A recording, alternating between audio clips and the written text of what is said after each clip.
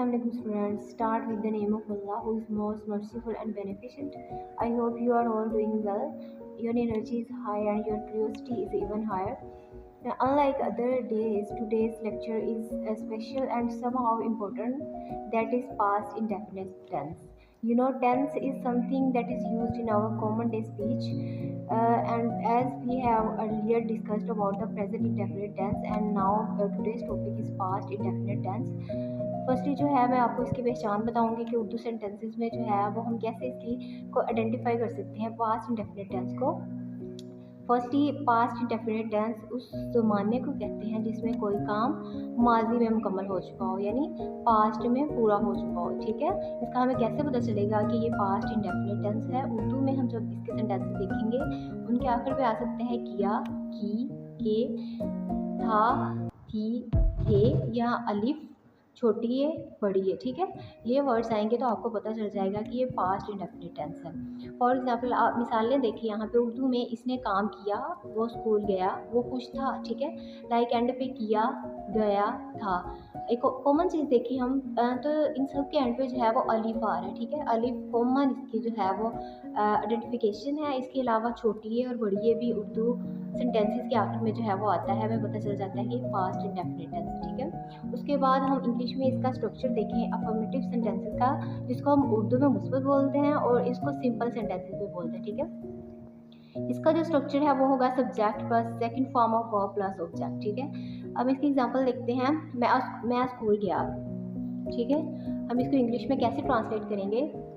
I went to school. ठीक है, इसमें आई जो है वो हमारा सब्जेक्ट है, went second form of verb है, उसके बाद जो स्कूल है वो हमारा ऑब्जेक्ट है। ठीक है, हमारा अफर्मेटिव सेंटेंस का ये स्ट्रक्चर है। उसके बाद एक और एग्जांपल देखें, उसने खत लिखा। ठीक है, she wrote a letter. She हमारे पास सब्जेक्ट है, रोट हमारे पास सेकंड फॉर्म ऑफ वर्ब है, उसके बाद लेटर जो है वो हमारा ऑब्जेक्ट है। तो ये हमारा जो है वो सिंपल सेंटेंस का स्ट्रक्चर होगा। आपने इसको याद रखना है, इसके स्ट्रक्चर को आपने माइंड में रखना है। उसके बाद देखिए नेगेटिव सेंटेंस, उसका स्ट्रक्चर क्या होगा? उसका स्ट्रक्चर होगा subject plus did not plus first form of verb plus object. बच्चे एक चीज़ आपने देखनी है कि जब अफर्मेटिव यानी सिंपल सेंटेंसेस हमने बनाने हैं तो उसमें सेकंड फॉर्म ऑफ वर्ब आएगी, लेकिन जब हम नेगेटिव पे आ जाएंगे, नेगेटिव सेंटेंस बनाएंगे तो उस पर हमने डिड नॉट पुट करना है, तो साथ ही हमने फर्स्ट फॉर्म लगानी है। ठीक है, फिर हमने सेकंड फॉर्म नहीं लगानी बिकॉज डिड जो है वो डू की ऑलरेडी सेकंड फॉर्म है। ठीक है, प्लस ऑब्जेक्ट, बाकी स्ट्रक्चर जो है वो हमारा सेम होगा, सिर्फ हमने डिड नॉट का इसमें एडिशन करना है और फॉर्म जो है वो फर्स्ट फॉर्म लगा देंगे। इसकी एग्जांपल देखते हैं। हमने ऊपर किया था आई वेंट टू स्कूल। ठीक है, उसमें सेकंड फॉर्म आई थी, जब हम इसको नेगेटिव में चेंज करेंगे तो I did not go to school. I जो है वो सब्जेक्ट है, डिड नॉट आएगा, उसके बाद फर्स्ट फॉर्म आ जाएगी जो हमारे पास गो है। ठीक है, वेंट की जो फर्स्ट फॉर्म है वो हमारे पास गो है और स्कूल जो है वो ऑब्जेक्ट है। तो ये नेगेटिव सेंटेंस का स्ट्रक्चर होगा, इसको आपने याद रखना है, स्ट्रक्चर को आपने माइंड में रखना है। उसके बाद इंटरोगेटिव सेंटेंसेस आ जाते हैं जिसमें कोई क्वेश्चन पूछा जाता है और एंड पे जो है वो क्वेश्चन मार्क लगाया जाता है। इसका जो है स्ट्रक्चर हमारे पास है वो है did plus subject plus object plus question mark. ठीक है, क्वेश्चन मार्क आपने ज़रूर लगाना है। हम ऊपर वाले अफर्मेटिव का ही हम जो है वो इंटरोगेटिव बनाएंगे ताकि बेटर अंडरस्टैंडिंग हो जाए। I went to school. ठीक है, इसका हमने नेगेटिव बनाया था, I did not go to school. जी, तो इसका हम इंटरोगेटिव कैसे बनाएंगे? डिड को हम फर्स्ट पे ले आएंगे, उसके बाद जो सब्जेक्ट है डिड के बाद आएगा did I go to school.